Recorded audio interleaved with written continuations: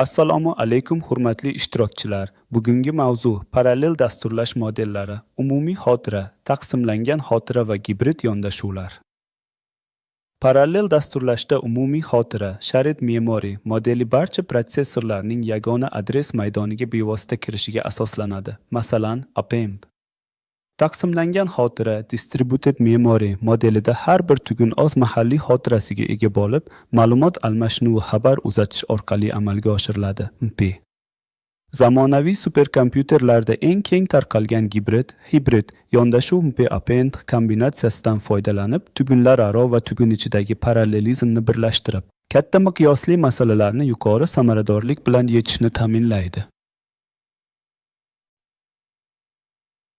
Parallel dasturlash zamonaviy yuqori unumdor hisoblash xubcha tizimlarining fundamental paradigmasi bo'lib, bir vaqtning o'zida ko'p protsessor yadrolari yoki tugunlardan foydalangan holda hisoblash vazifalarini bo'lib, birgalikda bajarish imkonini beradi.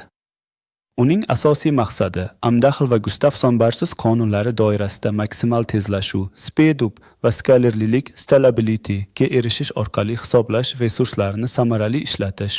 Murakkab ilmiy va muhandislik masalalarini real vaqt rejimida yechimini ta'minlashdan iborat. Parallel dasturlash yirik hisoblash muammolarini mantiqan mustaqil kichik vazifalarga ajratib, ularni bir vaqtning o'zida bajarish imkonini beruvchi samarador yondashuvdir. Ushbu paradigma hisoblash jarayonining umumiy vaqtini sezilarli darajada qisqartiradi hamda katta hajmdagi ma'lumotlarni qayta ishlashni optimallashtiradi. Natijada parallelizatsiya superkompyuterlar, klaster tizimlari va ko'p yadroli arxitekturalarda yuqori unumdorlikka erishishning asosiy tamoyiliga aylanadi. Ko'p yadroli protsessorlar zamonaviy hisoblashning asosi bo'lib, har bir yadro mustaqil hisoblash bloki sifatida parallel vazifalarni bajaradi. Protsessorlarda 4 dan 128 tagacha yadro bo'lishi mumkin. Yadrolar o'rtasidagi tezkor ma'lumot almashinuvi maxsus magistrallar va keshlash tizimlari orqali amalga oshiriladi. Umumiy xotira modeli parallel dasturlashda keng qo'llaniladi. Barcha protsessor yadrolari yagona xotira maydoniga teng huquqlar bilan kirishadi. Bu esa ma'lumotlarni tezkor almashishga imkon beradi. Ushbu modelda append dasturlash modeli eng mashhur hisoblanadi. Tezkor almashinuv va kam kechikish bilan ishlaydi. Umumiy xotira modelida barcha protsessorlar yagona xotira maydonini baham ko'radi. Bu esa ma'lumotlarga teng tezlikda kirish imkonini beradi. Protsessorlar xotiraga teng huquq bilan kirib, ma'lumotlarni tezkor almashadi. Append dasturlash modeli bu modelning mashhur amalga oshirilishi bo'lib, ma'lumot almashinuvi kam kechikish bilan amalga oshadi. Umumiy xotira modelining cheklovlari sinxronizatsiya murakkabligida namoyon bo'ladi, ayniqsa katta yadro sonida. Bu dasturning ishlash tezligiga salbiy ta'sir ko'rsatishi mumkin. Resurslar uchun raqobat va ratchetondition xavfi mavjud, bu esa noto'g'ri natijalarga olib kelishi mumkin. Xotira kengayishi qiyinligi katta loyihalarda qo'llashni cheklaydi. Taqsimlangan xotira modeli katta masshtabli hisoblash muhitlari uchun mo'ljallangan bo'lib, unda har bir protsessor o'ziga xos mustaqil xotira manziliga ega bo'ladi. Ma'lumot almashinuvi faqat maxsus xabarlar jo'natish va qabul qilish mexanizmlari orqali amalga oshiriladi. Bu esa tizimdagi izchillik va sinxronlashuvni ta'minlaydi. Ushbu arxitektura yirik klasterlar hamda superkompyuter infratuzilmalarida minglab tugunlarni samarali integratsiya qilish imkonini beruvchi asosiy model sifatida qo'llaniladi. Taqsimlangan xotira modelida har bir protsessor o'zining mahalliy xotirasiga ega, boshqa protsessorlarning xotirasiga to'g'ridan-to'g'ri kirish imkoniyati yo'q.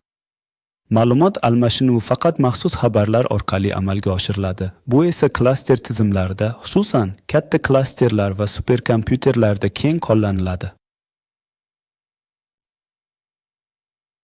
Taqsimlangan xotira modeli minglab yadrolarni qo'llab-quvvatlab, yaxshi masshtablash xususiyatiga ega. Har bir tugun mustaqil va barqaror, xotira hajmi cheksiz kengaytirilishi mumkin. Biroq ma'lumot almashinuvi kechikishi, dasturlash murakkabligi va sinxronizatsiya qiyinchiliklari mavjud. Tarmoq trafigi va ulanish masalalari ham e'tiborga olinishi kerak. Taqsimlangan xotira arxitekturasi alohida tugunlardan iborat bo'lib, har bir tugun o'z protsessori va xotirasiga ega. Tugunlar yuqori tezlikli tarmoq orqali bog'lanadi. Bu esa katta hisoblash quvvatini ta'minlaydi. Har bir tugun mustaqil ishlaydi. Bu esa tizimning masshtablanishini osonlashtiradi. Gibrid model zamonaviy superkompyuterlarda eng samarali yondashuv hisoblanadi. MP va OPM texnologiyalarining kuchli tomonlarini birlashtirib, katta masshtabli hisoblash masalalarini hal qilishda maksimal samaradorlikni ta'minlaydi. Bu yondashuv resurslardan samarali foydalanish va kompleks vazifalarni muvaffaqiyatli bajarishga imkon beradi. Gibrid model MP va OPM kombinatsiyasidan foydalanadi. Taqsimlangan xotira uchun MP, umumiy xotira uchun OPM qo'llaniladi. Har bir tugun ichida OPM yordamida ko'p ipli hisoblash amalga oshiriladi. Tugunlar orasida esa MP protokoli orqali samarali xabar almashinuvi ta'minlanadi. Bu yondashuv resurslardan samarali foydalanishni ta'minlaydi. Gibrid model aniq tezlik oshishi bilan katta tizimlarda samarali parallelizmni ta'minlaydi. 90 resurs samaradorligi xotira va protsessorlardan optimal foydalanishni anglatadi. 64 GB RAM va 16 yadroli tugunlarda samarali ishlash imkoniyati mavjud. Bu yondashuv katta loyihalarda xarajatlarni kamaytirish va samaradorlikni oshirishga yordam beradi. Gibrid model ilmiy simulyatsiyalarda, jumladan ob-havo modellari, molekulyar dinamika va kosmik tadqiqotlarda qo'llaniladi. Big data tahlilida katta hajmdagi ma'lumotlarni qayta ishlash va sun'iy intellekt modellari uchun muhimdir. Shuningdek, superkompyuterlar va ilmiy tadqiqot markazlarida keng qo'llanilib, murakkab hisoblashlarni samarali bajaradi. MP-OPM arxitekturasi masalani MP jarayonlari o'rtasida taqsimlaydi. Har bir jarayon OPM yordamida ko'p ipli hisoblashni amalga oshiradi. Jarayonlar o'rtasida ma'lumot almashinuvi MP orqali amalga oshiriladi va barcha natijalar yigilib, yakuniy javob olinadi. Parallel dasturlash modellari turli kuchli va zaif tomonlarga ega. To'g'ri modelni tanlash loyihaning muvaffaqiyati uchun muhim. Masalan, Messaga Passing interface Open Multiprocessing arxitekturasi masalani bo'lish, mahalliy hisoblash, ma'lumot almashinuvi va natijalarni birlashtirishda samarali.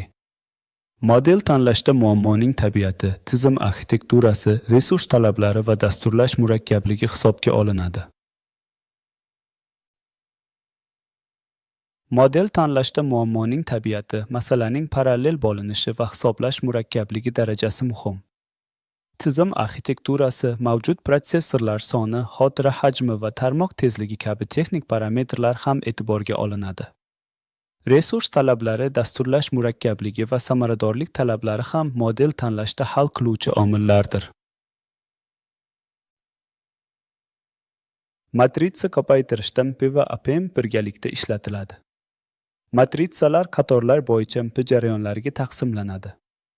Har bir jarayon OPM yordamida o'z qismida parallel hisoblashni amalga oshiradi.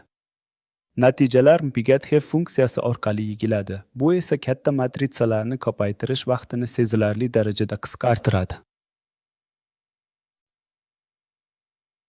Parallel dasturlash modellari kelajagi gibrid modellar va yangi texnologiyalar bilan boyib boradi. Ehastali superkompyuterlarda gibrid yondashuvlar muhim rol o'ynaydi. Partitioned Global Address Space va asinxron modellar yangi imkoniyatlar yaratadi. To'g'ri modelni tanlash muvaffaqiyat kaliti.